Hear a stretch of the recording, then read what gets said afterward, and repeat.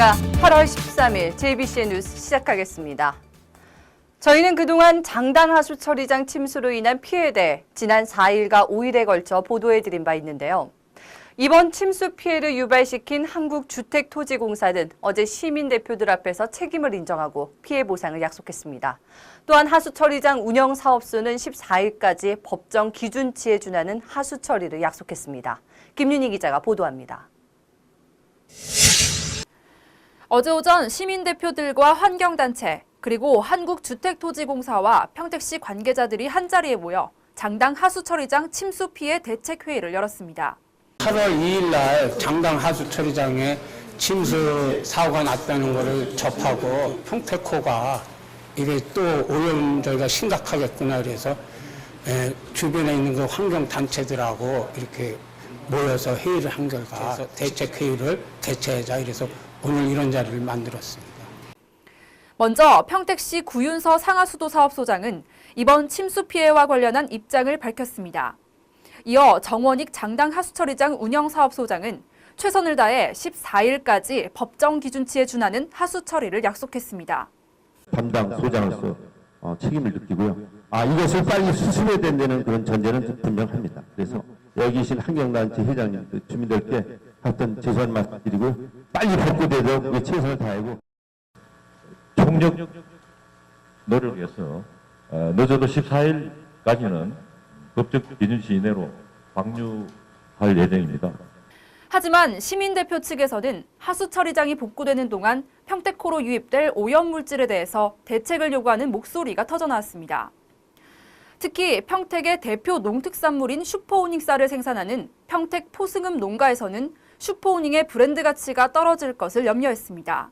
오염수를 방출을 해서 이 슈퍼오닝 이 브랜드 가치를 그냥 망쳐버릴 수가 있단 말이에요. 그래서 이제 이게 미질에도 큰 영향을 지금 미칠 수가 있는데 여기에 대해서도 뭐 보상이라든가 책임을 꼭 져야 될 걸로 생각이 됩니다. 1차적으로 저희는 하수처리가 정상 가동이 가장 중요했던 부분입니다. 그 다음에 그 말씀하시는 2차적인 피해에 대해서는 시와하고 그 다음에 그 환경단체분들하고 상의해서 향후 대책을 논의하도록 하겠습니다. 평택 내수면 어민들의 입장도 마찬가지입니다. 그렇지 않아도 녹조 현상 등 심각한 수질 오염을 겪고 있는 평택호에 이번 침수로 오염물질이 유입되면 가장 큰 피해를 입는 것은 어민들이라는 겁니다. 제일 직접적인 피해를 보는 것은 어민들이라고 생각합니다. 평택호 물을 그냥 양수를 할 경우에는 그 녹조가 그냥 너무 유입이 되고 거기에 사는 고기들은 얼마나 오염이 되겠습니까? 또한 보상 관련 부분은 전액이 될지 99%가 될지 90%가 될지 그런 부분에 대해서는 좀 더 저희들이 객관적이고 구체적인 부분을 자료를 수집하니까 그 부분에 대해서는 전혀 우리 위원님들께서 신경을 쓰지 않으실 겁니다.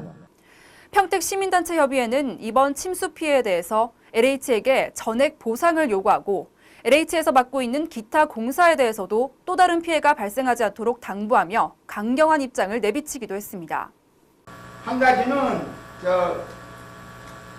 긴급적으로 20억이 든다고 시에서는 아마 그랬습니다만은 약정 그 현재 금액의 복구 비용이 전반적으로 전액 LH공사에서는 다 하세요.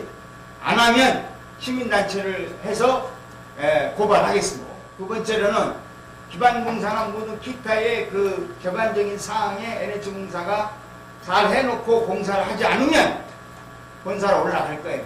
알겠습니까? 평택시도 책임을 통감하며 LH를 향해 장당 하수처리장 침수 피해에 정확한 보상을 요구했습니다. 책임을 통감하고요. 앞으로 LH는 지금 환경단체나 우리 떠나서 정말 우리 평택시에 누를 끼친 겁니다. 전에 보상하시고요. 이게 안 되면은 저희들 법적 조치를 강구해 보겠습니다. 우리 시민단체. 이에 대해 LH 측은 정확하고 객관적인 규명을 통해 책임질 부분이 있으면 지겠다고 입장을 정리했습니다. 한편 시민대표 측은 14일까지 하수 처리가 정상화되지 않으면 고발장을 접수하고 LH 본사로 항의 방문하기로 했습니다. 해상하라! 해상하라! 해상하라! JBCN 뉴스 김윤희입니다. 네, 다음 간추린 소식 전해드리겠습니다. 대장균이 기준치의 260배가 넘거나 세균에 오염된 지하수를 이용해 두부를 만들어 유통시킨 경기도 내 두부 생산업체 17곳이 적발됐습니다. 경기도 특별사법경찰단은 식품 제조에 부적합한 지하수를 이용해 두부를 만들어 유통시키고 두부 제품의 유통기한을 허위 표시하는 등 식품위생법을 위반한 17개 업체를 어제 적발했다고 밝혔습니다. 적발된 업체 중 동주천에 있는 A업체는 두부 제품에서 대장균이 기준치의 260배가 검출돼 자진 폐쇄했으며 수원에 있는 B업체 등 7곳은 일반 세균에 오염된 지하수로 두부를 생산하다 적발됐습니다. 경기특별사법경찰단은 적발된 17곳 가운데 15개 업체에 대한 보강 수사를 벌여 검찰에 송치하고 2개 업체는 과태료 부과 처분을 할 예정입니다.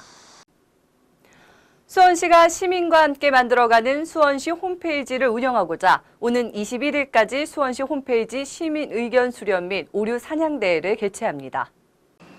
내가 수원시 홈페이지 관리자라면이라는 주제로 진행되는 시민 의견 수렴은 이벤트 홈페이지에 개선 제안 아이디어를 등록하면 되고 오류 사냥대회는 시 홈페이지 프로그램의 오류나 오타자를 찾아내 홈페이지에 등록하면 됩니다.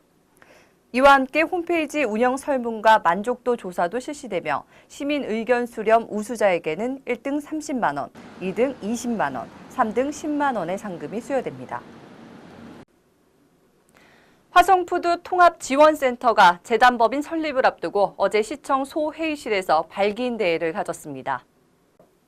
시는 지역 농산물의 소비를 촉진하고 농업인의 안정적인 수입을 보장할 수 있도록 화성시 농산물 유통사업단을 사단법인에서 재단법인으로 개편해 공익성을 강화하기로 했습니다.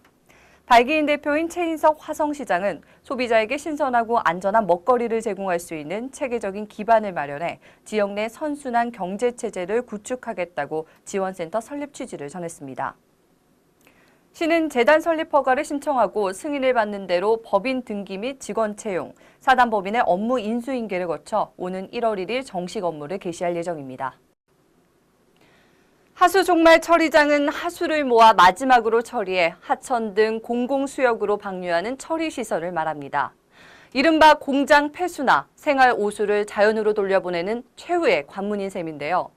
장강하수 종말 처리장 침수는 이런 최후의 관문이 무너진 사건입니다. 지금부터라도 LH와 평택시의 책임 있는 자세가 필요하겠습니다. 지금까지 진행의 한세였습니다. 시청해주신 여러분 고맙습니다.